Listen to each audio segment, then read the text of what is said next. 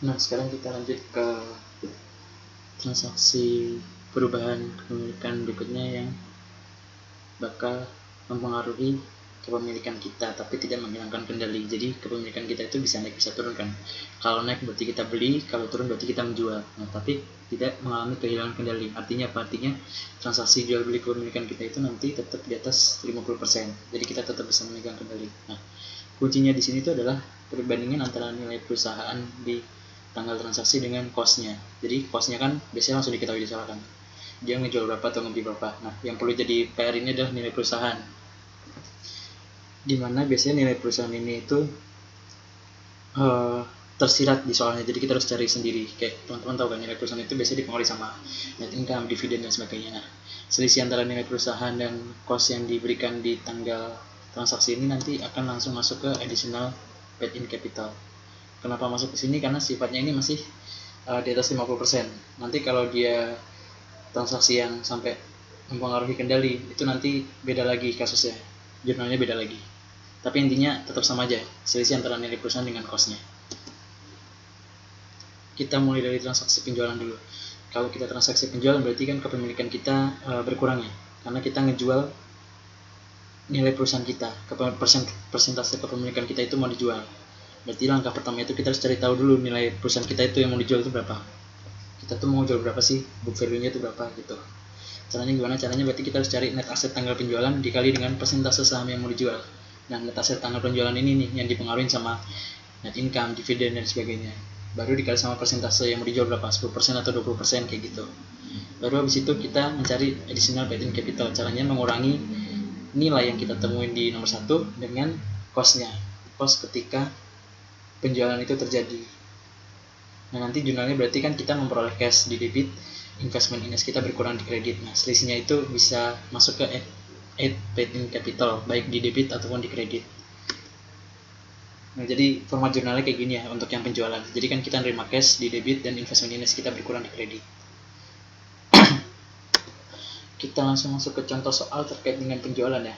P membeli 420.000 lembar untuk memperoleh 70% kepemilikan pada 3 Januari 2017 dengan membayar 980.000. Oke, 980.000 ini berarti kan kepemilikan awal kita kan. Oke, kita kepemilikannya 70%, 420.000 lembar.